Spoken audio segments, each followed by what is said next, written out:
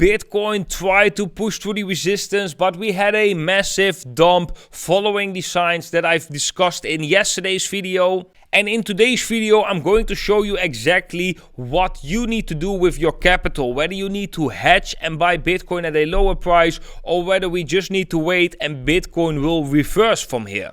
We are also going to have a look at the altcoin market, and I will show you exactly when it is time to hop onto altcoins. Kind of crazy how we predicted this move in Bitcoin yesterday, because we had a breakdown in the relative strength index and we also had a break up in the relative strength index over on the stablecoin dominance. And that was the reason why I said, even though Bitcoin was back above the EMA ribbon, that we have to be careful, because normally once it breaks below the EMA ribbon, it shows a sign of weakness in momentum. And normally in an uptrend and a nice explosive move to the upside, we wouldn't really like to see the Bitcoin price having multiple 4-hourly closes below this ribbon.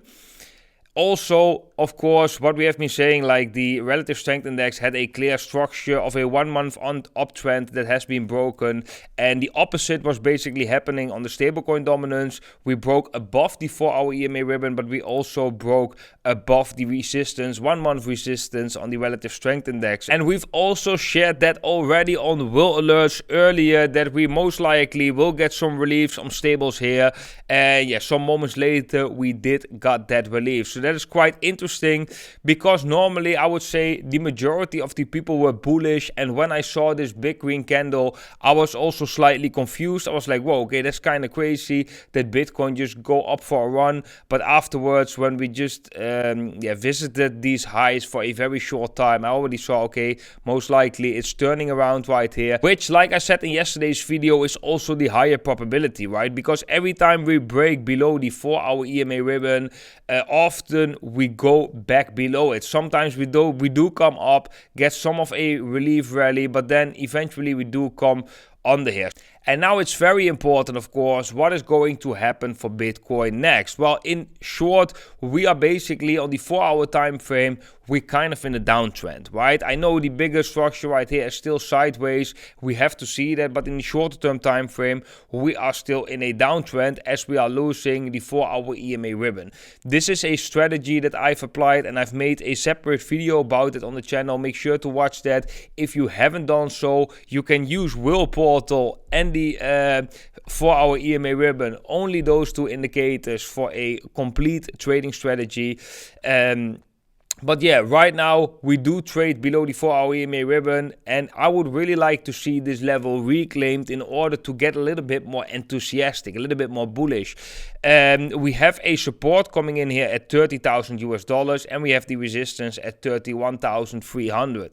This is also a very important range, because if Bitcoin were to break out to the downside, then most likely we will see a further correction, maybe down to at least $28,000. Get quite a correction from the pump that we have seen right here. If we do break down on Bitcoin, guys, it doesn't necessarily have to mean that Bitcoin is looking extremely bearish. We could do something like this where Bitcoin comes down to 28k and then continue this uptrend. That is definitely possible. So the world is not gone when we lose $30,000. However, and this is I'm going to do with WhaleAlerts, well, if we do lose these key levels, you might want to hedge and just see what Bitcoin does at $28,000. So you can either hedge when we break down, and then you can either rebuy when Bitcoin is at 28k. You at least have some more Bitcoin than you had when it was at 30k. You can also wait till it breaks back above 30k. Then you can enter. You don't really lose Bitcoin. You have the same entry, but you are more sure of a position, right? It's all about risk management, because if in a wild case scenario the price does do something like this, you at least hedged and have some stables, right? I don't think it's really necessary to have that much stables, but it's not about my opinion, right? It's about the probability. It's about your risk management. That is the important thing. Guys, if you like the way that I do my analysis, which is very different than the regular analyst on YouTube, make sure to show your appreciation with scrolling below this video and smashing up that like button, guys. You don't know how much impact that has on my personal mood, but also on the way these videos are getting picked up by the algorithm. So guys, every like and comment from you is very much appreciated. This just looks to me, and that's also what I said over on WhaleAlerts, this just looks to me like it needs a bounce, it needs some relief, but it doesn't really look to me directly like a reversal. Although it is possible, it doesn't look to me like that. So, but we do have to consider the fact, like we did yesterday too, we broke above the 4-hour EMA ribbon. We got to see the signals as they are, right? And we shouldn't look at the narrative. We shouldn't look at the emotional side of the price. We should just look at the signals and say like, okay, objectively, what does this mean? And objectively, Bitcoin breaking below the 4-hour EMA ribbon right here, stablecoins breaking above the 4-hour EMA ribbon. Technically, that shows weakness in Bitcoin. We can change our confidence position once we are seeing these signals flipping, right? So once this one is turning, rolling over, breaking back below the 4-hour EMA ribbon, and once Bitcoin is breaking back above the 4-hour EMA ribbon, right? Then we can change our confidence perspective and can be more confident in the markets as multiple charts are saying, yeah, Bitcoin is looking strong, it's catching up momentum. It's back in an uptrend on the shorter term time frame. So that it's back in an uptrend on the 4-hour time frame. So these things are very important to consider. But there is also a big but. If we were to go to the daily time frame, we do have a bearish divergence. I want to know that. So we do have a higher low in the relative strength index and a higher high in the price. As you can see right here, higher high, lower high. Is that bearish? Because I see some people on Twitter sharing this. No, a bearish divergence on itself is not bearish, guys. We have seen in previous bull markets so many people shaken out because of bearish divergences. Or bearish divergence, I'm gonna short. Or bearish divergence, this and that. No, bearish divergence don't mean nothing until we break key support in the structure, right? I know we did lose the 4-hour EMA ribbon, but we haven't seen that divergence on the 4-hour time frame. We are looking at the divergence on the daily time frame, right? So on a daily time frame, this is still looking bullish. Bitcoin is still in the uptrend, and technically, until we are breaking below this level right here, we are still in the uptrend on a daily time frame, because this is a higher low, right? And technically, if we don't lose that level, the Bitcoin is still in the uptrend. If we do lose that level, that would be very, very bearish. But there's a lot of space in between still, right?